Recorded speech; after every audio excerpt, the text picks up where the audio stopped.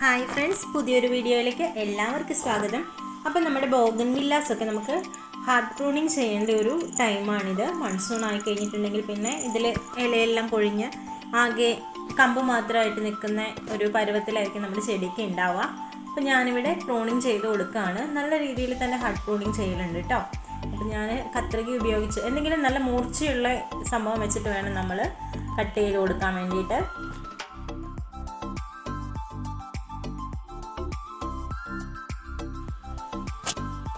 അപ്പോൾ ഇവിടെ എല്ലാ കമ്പുകളും ഞാനിങ്ങനെ കട്ട് ചെയ്ത് കൊടുക്കുന്നുണ്ട്, ഓരോ ചെടിച്ചട്ടിയിലുള്ളതും. മഴ ആയതുകൊണ്ട് തന്നെ നല്ല രീതിയിൽ വെള്ളം കെട്ടി നിൽക്കാനും ഒക്കെ സാധ്യതയുണ്ടാവും. അപ്പോൾ നമ്മൾ അതൊക്കെ നോക്കിയിട്ട് നമ്മൾ കമ്പി വെച്ചിട്ടോ എന്തെങ്കിലും വെച്ചിട്ട് കുഴിയൊക്കെ ഉണ്ടാക്കി അതിലെ വെള്ളമൊക്കെ കളയണം, അല്ലെങ്കിൽ നമ്മുടെ ചെടി പെട്ടെന്ന് തന്നെ നശിച്ചു പോകും.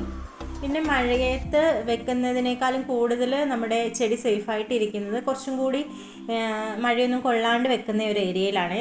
പക്ഷേങ്കിൽ നല്ല ലൈറ്റിങ് കിട്ടുന്ന ഒരു ഏരിയയിൽ വേണം വെക്കാൻ. നമ്മൾ ഈ ചോലയുള്ള ഏരിയയിലോ അല്ലെങ്കിൽ വെളിച്ചമൊന്നും കിട്ടാത്ത ഏരിയയിലോ കൊണ്ട് വെക്കരുത്.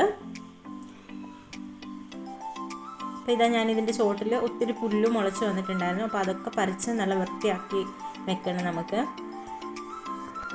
എനിക്ക് ഈ ചെടികളൊന്നും എടുത്ത് വെക്കാൻ വേറെ ഇടമില്ലാത്തതുകൊണ്ട് തന്നെ ഞാൻ ഈ ചെടികൾ ഈ മഴയത്ത് തന്നെയാണ് വെക്കാറ്. കഴിഞ്ഞ വർഷങ്ങളിലും ഒക്കെ അങ്ങനെയാണ് വെച്ചിട്ടുള്ളത്. ഇതാ ഈ ഒരു രീതിയിലാണ് ഞാൻ കട്ട് ചെയ്ത് കൊടുക്കുന്നത് കേട്ടോ.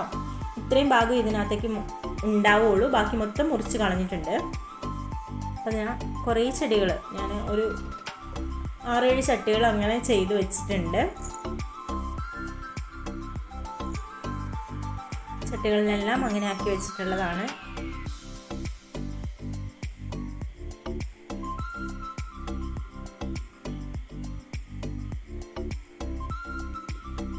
ഇനിയും ചെയ്യാൻ ബാക്കി ഉള്ള പോട്ടുകളുണ്ട് കേട്ടോ. കുറച്ച് ഭാഗങ്ങളെ എനിക്ക് ചെയ്യാൻ പറ്റിയിട്ടുള്ളൂ, ബാക്കിയുള്ള പോട്ടുകളിൽ ഇനിയും കട്ട് ചെയ്ത് വൃത്തിയാക്കാനുണ്ട്.